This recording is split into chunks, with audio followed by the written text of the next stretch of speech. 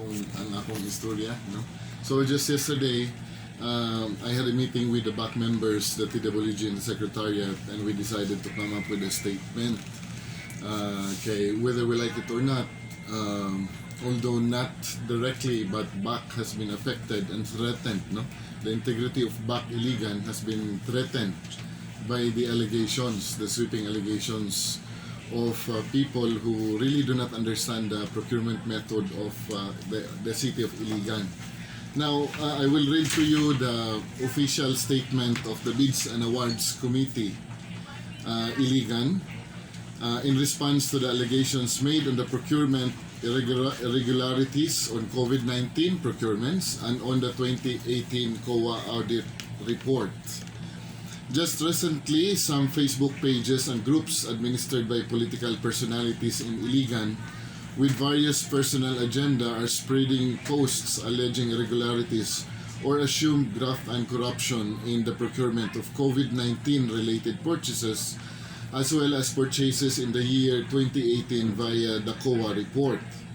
In fact, non-opposition City Councilor Belmonte delivered a privileged speech in one of the sessions of the Sangguniang Panglungsod on this issue, of which she relied mainly on those what is being posted in the Facebook, without verifying first their truthfulness from the official documents in the city government of which she is part, being an elected official. No one but we, the members, the TWG and the Secretariat of BAC Iligan, are ultimately wounded and threatened in this controversy. Because whether we like it or not, the allegations are directed to us individually and as a collegial body, managing the procurement machinery of the city governments of Iligan. Likewise, this issue, which has no other motives except political, have affected us, the members, including those government employees and staff of the BAC Iligan, who are frontliners currently attending to the immediate needs of the city government and the people of the city of Iligan at this extraordinary time of the pandemic. Despite our limited time due to the crisis, BAC Iligan adheres to the policy of the city government on transparency and accountability to respond to the allegation, including the spread of fake news. Being an independent body, primarily responsible in awarding contracts in all government procurements and in ensuring the qualifications of all participating bidders as provided by Republic Act 9184, otherwise known as Government Procurement Reform Act, allow us to answer one by one those issues. First, on the alleged overpricing. On rice, 25 kilos. According to the allegations that the procured rice was allegedly overpriced by 250 pesos from 1,050 as the alleged selling price of soda to 1,300 of JH2. First, we have to ask, is the 1,050 price the current price at the time of the SEQ or MCQ or just today's price? Second, with the ongoing pandemic, the BAC Iligan considers the situation during the bidding processes that there is a high demand and limited supply of rice from all over the country. Despite regulations from our government agencies to control the price, but by the law of supply and demand in our free market economy, it is clear that prices of goods and other commodities are increasing. We also consider that most suppliers in Iligan, including soda, prefer cash over government credits, because there is a stiff competition among the producers, suppliers, and buyers of rice anywhere in the country at this time of the crisis. Second, it is a common knowledge to everyone that government procurement system is too different from private procurement system, which pays in cash, with limited documentary requirements. Due to the government accounting and auditing regulations, including the documentary requirements set by RA 9184 to ensure propriety in all our public transactions, it is always expected that it will take time for the government to pay its suppliers, including the required policy of outright withholding of taxes in all its paychecks, in addition to stringent processes and documentary requirements compared to private transactions. We can never shorten these mandated processes, and we cannot pay in cash to our suppliers. In fact, even soda, when it deals with the government in the year 2016, has already pegged the price of its rice at 1,250 per sack. Here are pictures. In 2016, purchase order, Soda Trade Corporation at 1,250 per sack. This is the receipt, June 9, 2016. You will see that there is the unit price of soda is already 1,250. The 25 kilo sack of rice. This is in 2016. And there is here another document to prove that. No? 1,250. This is in fact signed by no other than the former acting mayor Roderick Marso in 2016. No? Now, mureklamo pa ta 1,300 in 2020, an increase of 50 pesos, and during the pandemic, and there was shortage of rice. Like most of the suppliers in the city government, most likely Soda is considering the realities in public transactions, that its money's worth are always at stake due to the inevitable bureaucratic requirements and processes. Hence, they are offering prices during the bidding much higher compared to the prevailing prices in the market. Now, after 4 years, and during this time of stiff competition, these political personalities are now complaining that the awarded price is at 1,300, an increase only in 50 pesos, and allege that soda has much lower price. Kindly read the attached documents where soda's price in 2016, as here, for a 25 kilo rice was already at 1,250. BAC Iligan would really like to hear the side of soda on this issue, as its establishment is being used by these political personalities in their attack against the current administration. Further, much that BAC Iligan would want a lesser price and more accredited suppliers to participate in the bidding.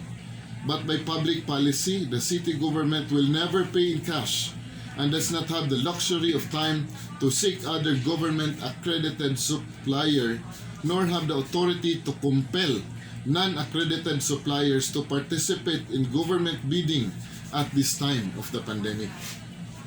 Now, 1.2 on whole chicken, barbecue, styro packs, 1 tetrabyte eternal hand-dried, box of nails and all, the COA report 2018, which they said the chicken is at 600 per kilo, the banana Q is at 21 pesos each.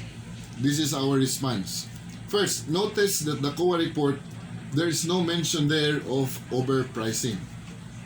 The members of BAC Iligan are indeed saddened by these allegations, since the 2018 COA report was thoroughly discussed by COA Iligan and the concerned LGU officials, including Attorney Leo Zaragoza, who during the exit conference sometime in January or February of 2019. He was the city administrator then at the time and the BAC Iligan chairman. Attorney Zaragoza, representing his office and the BAC Iligan, is aware of the position of the city government on the report of the COA. In fact, the position of Iligan is reflected and mentioned in the COA report. To clearly discuss these allegations, first the items listed in the screenshot ledger and the prices therein are just summaries of the originally approved purchase orders. It did not show other actual items being purchased. For example, the 294.61 kilos of whole chicken, priced at 179,650, does not say it all. Someone claimed that the banana Q is priced at 21 each and the chicken at 600 pesos each. These political personalities and their allies, with intent to confuse the public, just simply read the single item mentioned and then divided it to the total price over the kilos of the items procured, and bingo, they erroneously concluded that the procurement was overpriced. It's 11 o'clock. Indeed, if one will simply heed without verifying the malicious imputations of these politicians or allies, then it will appear that all the items listed here in the COA report, all these items, listed in this ledger will be overpriced. If you will just read the items and compare the prices, you will conclude that all of these items are overpriced. How come COA did not say it's overpriced? Because this is merely a summary, no? This is not the total items being purchased. Now, I would like to show you pictures which are the original POs of the barbecue, the Bombay, and the styro packs. You will see that they have other items included, and that will explain why the allegations of these political personalities on overpricing are malicious and without basis. You may just notice a small difference in the total amount simply because in the COA report, naging 21,000 ang banana Q. But here in the PO, it's 22,000 simply because the taxes here are already deducted. Now, let me show you. Here in PR 146-4603, banana Q cost 1,000 pieces is 21,294. Now, if you will just simply look at it and then divide the 1,000 to 21,000, you will of course immediately conclude, tag 21 pesos, it's banana Q. That's how simplistic they read. No? Malicious imputation. I will show you the original purchase order. The banana Q is only 750 each. Na ay kauban nga Coke mismo. Of course, as Filipinos, when we give snacks to our visitors, we do not only give them banana Q, but also kataban pa na ang soft drinks as its partner. So in this purchase order, there is a Coke, 15 pesos Coke, then 750 ang banana Q. It's not 21 pesos. It's only 750. Now, another one, Bombay, cost at 2,716 for 1/2 a kilo. That's not correct. You will see Bombay is 1/2 kilo is only 70 pesos here. Naay kamatis, loya, bitsin, saging, bulad, isda, uling, lubi, dishwashing, asin, pork belly pa yun. This cost around 2,716. Pero kung makita nimo sa ledger, ang makita nimo diri Bombay lang. Bombay lang ang makita nimo. But if you look at the real PO, you will see all other documents. Now third, styro packs. Mahal ko no kayong styro packs, but you will see all other documents here. Na ay drumstick, na ay mineral water, na ay Bombay, na ay ahos, atsal, and so on and so forth. Cost around 156,000 plus. Another one, I will show you. Katong cooking oil nga ilang gikuan. Ang nagpalit ra ba yun, ang nag-request ra ba yun ani, ang igsuon pod ni Attorney Leo, si Ma'am Laura Fe, no? With due respect to Attorney Leo, who is